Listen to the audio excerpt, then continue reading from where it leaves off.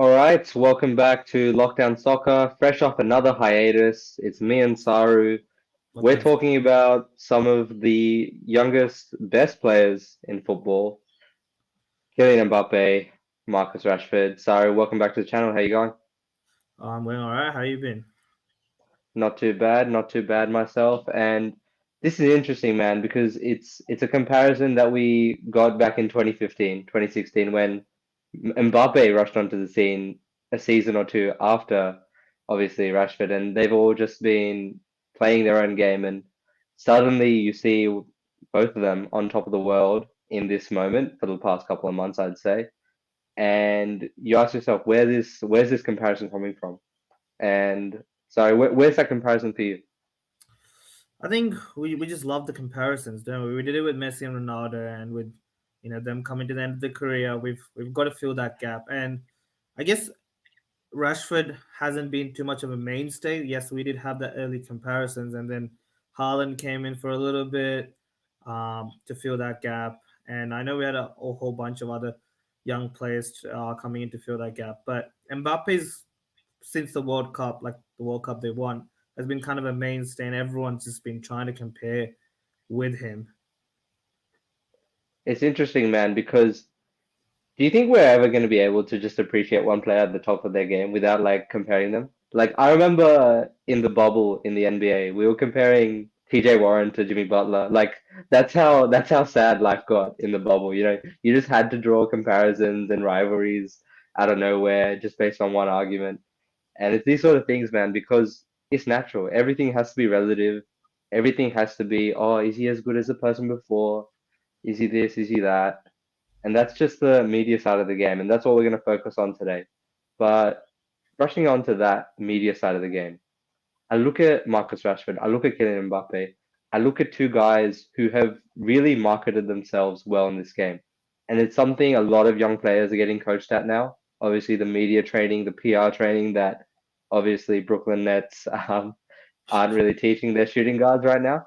But it's just one of those things that's so important. And I'll leave it to you to start. Marcus Rashford, I think everyone knows philanthropy is at the top of his interest in life. Yeah, he's been doing a lot of good stuff, getting out food for a lot of like homeless children and so on. And yeah, you're right. It's almost part of the game now, or all of the political, like the personal Yeah. life, the ideologies. And just before obviously we get cancelled, we're not saying he's doing it just for the PR. I'm just saying it's a win-win situation, of course. Yeah, And no, it exactly. yeah, and it's gonna play part of it, right? It's gonna play part of how you're gonna remember these players 30 years time. I look at a lot of players from the Australian cricket team, and we had this persona in the early 2000s that we were grubs. And I can confirm some of that is definitely true. And you look at what these guys are doing to make sure that their humanity, the personalization of the athlete, is there at the forefront of them. And I think that's so important. Yeah, no, you're exactly right. Like we always have like this is not athletes, this isn't on celebrities. We want to know them as a person. Mm. Uh we're just not always satisfied of just seeing them on the pitch. We want to know more. We want to get to know them, what they're doing in their personal lives. And I think this is what brings out the best of them. All these ideologies, all these whatever they do outside of football, whatever sport they play, that's what gets us to connect them and even more like them. It kind of transcends from becoming a favorite player to almost a favorite person itself. You start liking Mm. them It's as a that idolization, yeah. exactly, Yeah. yeah. It is the idealization, and I think um, you know it can land people in trouble as well when you hear news about like a player doing something dodgy, and especially if you've idealized them. But it also kind of gives us a bit more idea of who they are as a person, and I think that's important. The good guys idea is always something that's Yeah. going around in sport. It's interesting to see how athletes are navigating this part of the game now because you see someone like Rashford who's obviously, if we had to assign him as a hero or a villain in footballing terms, although he plays for Manchester United and we play a really counter-attacking style and we are the villains of football, in my opinion, I would definitely say that he's one of football's heroes. You look at the love he gets from the other England players, from the other clubs, obviously Saka and Keddy are having their fun doing the celebration back a couple of weeks ago. But you know those boys look up to this guy as a leader for the community and as an athlete. They look up to him. Looking at the other side of this conversation to Kylian Mbappe, he's someone that immediately, when I think of Kylian Mbappe, I think of a villain. I think of almost the early LeBron years in Cleveland and Miami, where he was hated and there was all this pressure on him. I heard this story, of course, when Mbappe was looking to leave for Madrid. The Prime Minister, the President of France, whoever it was, Macron, he's at the door at PSG telling him, no, you have to stay, do whatever you can to keep this guy because that's how important he is. And it's that whole weight of the world on him that makes him, when he fails, feel like an anti-hero or a villain of some sort. Yeah, and he definitely was the villain in the World Cup as well, going against Messi. It was obviously a childhood hero for so many people. But yeah, it's the idea of a villain versus hero, and I think we might go into it a lot more in another video. But we love the idea of a villain versus hero, the concept, and I guess does the ideologies and personal stuff add into that? I guess it really depends on the person. I know we don't hear too much about Mbappe's personal stuff, and I guess that quietness has kind of made him form into a villain. Maybe if we Mm. had if he was so much more, involved in like helping charities and so on, like it would be so much more harder to see him as a villain. It's Um, funny because I see a lot of these guys put in work, and I wonder, like, I see obviously preseason training, I see all the charity work some players do, and you wonder, are the other players doing this? Chances are they probably are. They yeah, probably are, yeah, right? But it's just they not. probably are. It's just not being promoted. It's just not being Exactly. promoted, and it's one of those things. Like obviously Mbappe, this is a side that we don't see as much, and to be honest, other people probably have seen because we're all the way on the other side of the world here. We don't keep up as much with Kylian Mbappe. It's just one of those things. And I look at him and the villain persona that he's drawn, but he's doing it right. He's doing it right. He's got all the sponsorship sorted. He's got the money end sorted now at PSG.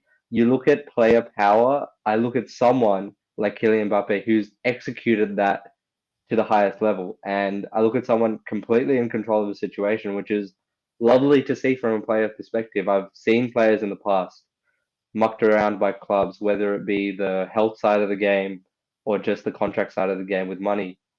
I'm so happy. I'm genuinely happy when I see these guys get every dollar they can because every dollar they get is a dollar away from the owners. And Yeah, these are guys that were not well off when they got into the game, man. That's yeah, important to no, remember. yeah, you're definitely right with all of that stuff. Like, it's great to see all the the endorsements, all of that coming. Despite being a villain or a hero, it doesn't really matter. They're kind of still popular. Like, it doesn't matter what role they play. There's still fans. There's still people looking up to them, and kind of trying to mimic their game style or whatever it is. And I think that's what great is great for the game. And I know we've talked so much about how we looked at the one side, we're getting to see them as a person, but I think there's also a flip side. The negative aspect of it is how much criticism they face because of all their personal stuff. We had, it's not too long ago when Rashford was actually struggling at Man United. There was so much talk of him, Crazy, man. being sent out, and every single Twitter feed, every single Twitter comment would be not talking about his, his play style or whatever it was. It was mainly just be like, "Oh, focus on the game. Stop going around doing this charity stuff," as if like that is the reason why that he was struggling on the field. It's got nothing to do with it, but people just tend to just jump onto criticism because of that. And I guess it's the counterpoint is being quiet. Is that an advantage of when you're playing bad, people don't Mm. really pick that up. Yeah, it's one of those things. I often worry because I've seen in the past, maybe 10, 20 years ago, you could get away with not doing the publicity side of the things. You have a bad day. I think Rio Ferdinand said, if we had a loss, I'm not doing any marketing that week. I'm just back on the grind. It's that Kobe Bryant mentality of being in the gym, making that your priority. But so much has gone into sports, and I think we need to remember recovery is a crucial part of the game as well these days. And there are definitely enough hours for players to have other focuses beyond their contract. And it's not like these guys aren't putting in work. It's not like these guys aren't there preseason, postseason, putting in work. It's not like we're not overworking them these days with how many games they're playing every few days a week. You know, it's crazy that that's the reputation you build when you do something outside your job, and it's like you guys don't have a hobby at home, chilling on the Yeah, couch watching exactly. this sport. You don't understand if this guy has a hobby too, and it's helping this many people. It's crazy to me, man. Yeah, it's exactly. It's like we expect whatever we see on Instagram is how much training they're Mm. doing. It's almost like we expect them to live record every single training session and put up Instagram. Like if we see them like, going out to drinks or something on Instagram, we know he's not training. Like it's like it just becomes like, excessive expectations for them to match. And that's just crazy to think about, and that's actually the problem with us getting to know the person, because we want them to be so perfect with everything, work hard every single time, but we don't even think about the fact that, hey, when we go to work, we have days off, we have time to come back home. But yeah, I guess it's the two sides that we know of. We've seen both sides of it: the side of getting to know the person, liking them, idealizing them, and the other side where we've got too personal with them, and then we see things we don't want to see. So I guess it's just two flips of the coin, and I guess Rashford and Mbappe are really good comparisons to see with the both sides of it. Anyways, let's see how this conversation goes in the future. But for me, right now, Kylian Mbappe, not many better than him. Marcus Rashford, not many better than him. I haven't seen Rashford in this sort of form since one stretch in 1920 in Ollie's first season as Yeah. full-time manager. And you see players, any player at this sort of level, when they're in this sort of confidence, they feel like they're invincible. It's the Kylian Mbappe volley to equalize in the World Cup final. It's the Marcus Rashford runs that he goes on right now, dribbling with the ball, moving past players with ease. When you see players that are this confident, there's nothing like it, and there's no answer to it. You know, good offense beats good defense, and I think we'll wrap it up on that. Yes, sir. Easy as. Stay tuned, stay locked in, guys. New video next week.